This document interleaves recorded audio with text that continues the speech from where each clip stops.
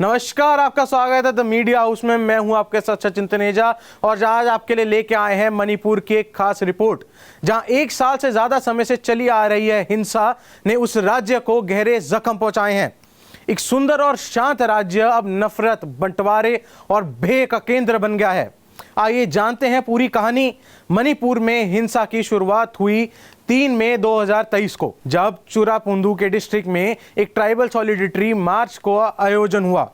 ये मार्च मणिपुर हाईकोर्ट के उस फैसले के विरोध में था जिसमें मीती समुदाय को शेड्यूल्ड ट्राइबल दर्जा देने पर विचार करने को कहा गया था।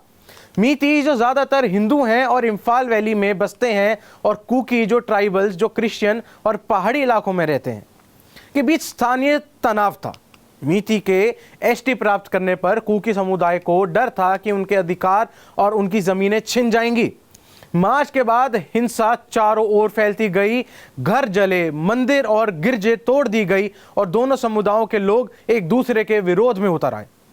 इस हिंसा में अब तक 260 से ज्यादा लोगों की जान जा चुकी है और 70,000 से ज्यादा लोग अपने घरों को छोड़ने पर मजबूर हो चुके हैं। कई शहरों में कर्फ्यू लगा दिया गया और इंटरनेट को महीनों तक बंद कर दिया गया। इम्फाल, चुरापुंदू, कोंगापुकी और बिष्णुपुर जैसे जिले सबसे ज्यादा प्रभावित रहे। रिलीफ कैंप्स में लोग भारी संख्या में आसरा ढूंढ रहे हैं, बिना सींच, खाने, दवाई और पानी के। सबसे दुख की बात यह है कि मणिपुर के 2 मुख्य समुदाय मीती और कुकी अब पूरी तरह से अलग हो चुके हैं। इम्फाल और पहाड़ी इलाकों के बीच बफर जोन्स बनाए गए हैं, लेकिन आपसी भरोसा पूरी तरह से टूट चुका है। मणिपुर सरकार और केंद्रीय सरकार पर इस समस्या से निपटने में असफलता का आरोप लगता है। Union home minister Amit Shah ने जून 2023 में मणिपुर का दौरा किया था।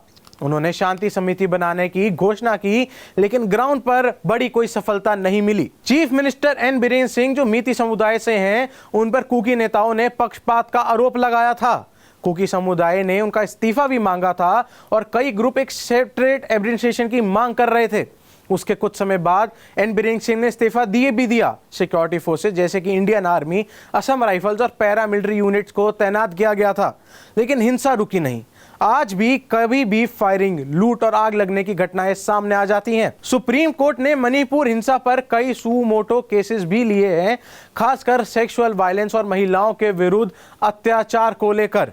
जुलाई 2023 में 2 ट्राइबल महिलाओं को निर्वस्त्र कर परेड करवाने की घटना ने पूरे देश को हिला दिया था। अभी हाल ही में 18 और 19 जून 2025 को सिक्योरिटी फोर्सेस ने 7 आतंकवादी गिरफ्तार किए हैं, जो बैंड आउटफिट जैसे PLA, UNILF, कोयरिंग, प्रीपैक, KCP से जुड़े हुए थे। ये गिरफ्तारियां इम्फाल वेस्ट, तिंगनापुल, कांगचिंग, बिष्णुपुर जैसे जिलों में हुई।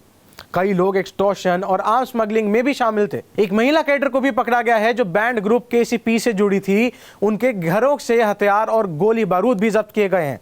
ये दिखता है कि मणिपुर में अब हिंसा के साथ साथ इंसर्जेंसी और मिलिटेंसी भी फैल रही है, जिसका डायरेक्ट असर राज्य के पीस और डेवलपमेंट पर पड़ रहा है। मणिपुर एक गंभीर मानव संकट से गुजर रहा है।